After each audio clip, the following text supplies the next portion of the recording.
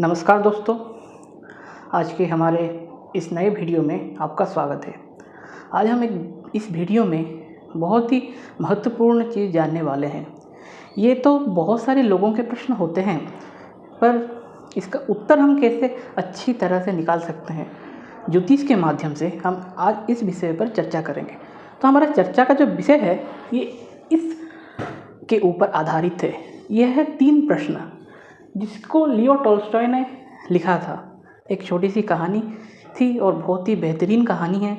ये हमारे जीवन को एक अच्छा और सुंदर बनाने के लिए उन्होंने इसको प्रस्तुत किया था। और उन्होंने 3 प्रश्न पूछे थे, और ये 3 प्रश्न ये है: कार्य करने के लिए महत्वपूर्ण समय कौन सा होता है, और सलाह के लिए महत्वपूर्ण लोग कौन हैं, सबसे महत्वपूर्ण कार्य क्या होता है। और उन्होंने इन 3 प्रश्नों के उत्तर उनके उस स्टोरी के माध्यम से अच्छी तरह से प्रस्तुत किया है। और उन्होंने ये बताया है कि जिस व्यक्ति के साथ हम जिस समय पे जो काम कर रहे हैं वही काम इम्पोर्टेंट काम है, वही व्यक्ति इम्पोर्टेंट व्यक्ति है, और वही समय सबसे इम्पोर्टेंट है। ओके, तो मोटा मोटी हम ये समझ सकते हैं कि वो बोल रहे हैं कि वर्तमान में हम जिस कार्य में जिस व्यक्ति के साथ जिस समय पे तल्लीन है वही ही सबसे इम्पोर्टेंट है। पर मैं यहाँ पर यह प्रश्न रखता हूँ कि हमारे जीवन में तो बहुत सारे लोग आते हैं रहते जाते हैं, और हमें बहुत सारे कन्फ्यूज़न भी होते हैं कि भाई ये बंदा सही है, ये बंदी सही है, कि ये सही है कि गलत है, इसके साथ हम कैसे डीलिंग करें, इसके साथ डीलिंग करें, ये बहुत ही बेकार है। ये हमारे दिमाग में अंदर कहीं ना कहीं चलते रहते हैं, बैक ऑफ द माइंड हमारे ये चलता रहता है सबकॉन्शियसली। कभी कभी किसी के साथ बातचीत बहुत ही अच्छा चलता है, तो कभी कभी किसी के साथ बहुत ही मन मुटाव हो जाते हैं और ज़िंदगी बहुत ख़राब चली जाती है। कोई लोग हमारे सफलता की चाबी बनते हैं, तो कोई लोग हमारे जीवन में कुछ कठिनाइयाँ ले आते हैं। ओके, पर हमें ये सब कैसे जाने, कैसे क्या ज्योतिष हमें इसके लिए कोई हेल्प कर सकता है क्या? कुछ भी घबराइए नहीं, ज्योतिष इसका उत्तर देने के लिए ही बना है। तो आज का ये जो विषय है हमारा, इस प्रश्न के ऊपर आधारित है: सलाह के लिए महत्वपूर्ण लोग कौन है। तो ये सिर्फ हम सलाह के लिए नहीं सोच रहे हैं, हमारा ये मान्यता है। इस वीडियो में मैं आपको ये दिखाने की चेष्टा करूँगा कि ऐसे कौन से लोग हैं जो हमारे जीवन में मुख्य भूमिका निभा कर सकते हैं। उदाहरण के लिए, आप कोई भी कार्य क्षेत्र में हो सकते हैं, आप कोई आयु के हो सकते हैं, आप किसी भी फील्ड के हो सकते हैं। ओके, आप टीचर हो सकते हैं, आप स्टूडेंट हो सकते हैं, आप कोई भी जीवन के कोई भी भूमिका में हो सकते हैं। पर हम जिस व्यक्ति के साथ डील करते हैं, हम कैसे जानेंगे कोई हमारे जीवन में एक अभूतपूर्व परिवर्तन ला सकता है। तो इसके लिए मैंने एक सिंपल सा, बहुत ही सिंपल है, फॉर्मूला बनाया या डिराइव किया है। ये कुछ ज्योतिष के फॉर्मूले से समझ के, कुछ हमारे कंसल्टेशन से, और कुछ मेरे एक्सपीरियंस से इस सबको मिलाकर मैंने इस फॉर्मूला को प्रेजेंट करने की सोचा कि देखा, बहुत ही सिंपल चीज़ है। पहले हम ये देखते हैं कि कुंडली कैसे दिखती है। तो आप ये जो देख पा रहे होंगे, एक नॉर्थ इंडियन स्टाइल में हम जब कुंडली बनाते हैं तो ऐसा ही कुछ लगभग दिखता है, और हमने इस कुंडली को एग्जाम्पल के लिए लिया है।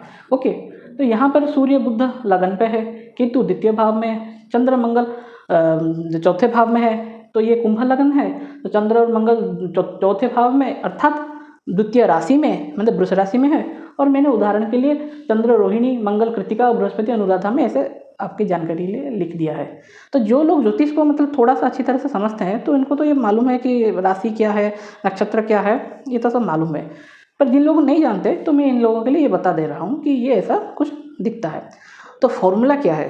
तो फॉर्मूला ये है कि जिस किसी राशि में, जिस किसी भाव में, जिस किसी नक्षत्र में जो भी ग्रह इन नवग्रहों से कोई भी बैठा हुआ होता है, अगर उसी नक्षत्र का चंद्रमा का व्यक्ति आपके जीवन में प्रवेश करता है, तो वो व्यक्ति आपके जीवन में कुछ ना कुछ बड़ा परिवर्तन लाने का योग्यता रखता है। ओके, ये है ये फॉर्मूला। तो अब इसको अच्छी तरह से हम इस उदाहरण कुंडली से समझने की चेष्टा करते हैं। तो फॉर्मूला क्या था कि ये जो नवग्रह है, कहीं ना कहीं तो होंगे ही। एक ऐसे कंजंक्शन में हो सकते हैं या फैले हुए हो सकते हैं, जैसे भी हैं। ये किस भाव में भी हो सकते हैं, जैसे कि यहाँ पर चौथे भाव में है या लगन भाव में है, ओके, तो आपकी कुंडली में भी कहीं ना कहीं होंगे। तो आपको क्या करना है, जिस भी ग्रह जिस भी नक्षत्र में, उन नक्षत्रों को आप नोट कर लीजिए। ओके, वो आपको ऐप में ऐसे मिल जाता है, मतलब आप ऐप में जब डाउनलोड करके ये सब खोलेंगे तो आपको ये मिल जाएगा। तो आप नक्षत्र को नोट कर लीजिए। उस नक्षत्र के आपके जीवन में बहुत ही बड़े प्रभाव रहेंगे। तो उस नक्षत्र में जिन लोगों का चंद्रमा होगा, ओके, वो लोग आपके जीवन में कुछ ना कुछ बेहतरीन परिवर्तन ला सकने की क्षमता रखते हैं। तो इस कुंडली में जैसे कि मंगल कृतिका नक्षत्र में है, तो इस व्यक्ति के जीवन में अगर कोई कृतिका नक्षत्र का व्यक्ति प्रवेश करता है, ओके, क्योंकि यह मंगल कृतिका में है, तो जिसका चंद्रमा कृतिका में हो वो व्यक्ति जब इस जातक के संस्पर्श में आएगा तो उसके जीवन में कुछ ना कुछ परिवर्तन करेगा। ओके, किस क्षेत्र में परिवर्तन करेगा? चौथे भाव से ही कुछ ना कुछ होगा। चौथे भाव अर्थात भूमि, वाहन, सुख, माता आदि से संबंधित कोई ना कोई कर्म में ये सहायक होगा।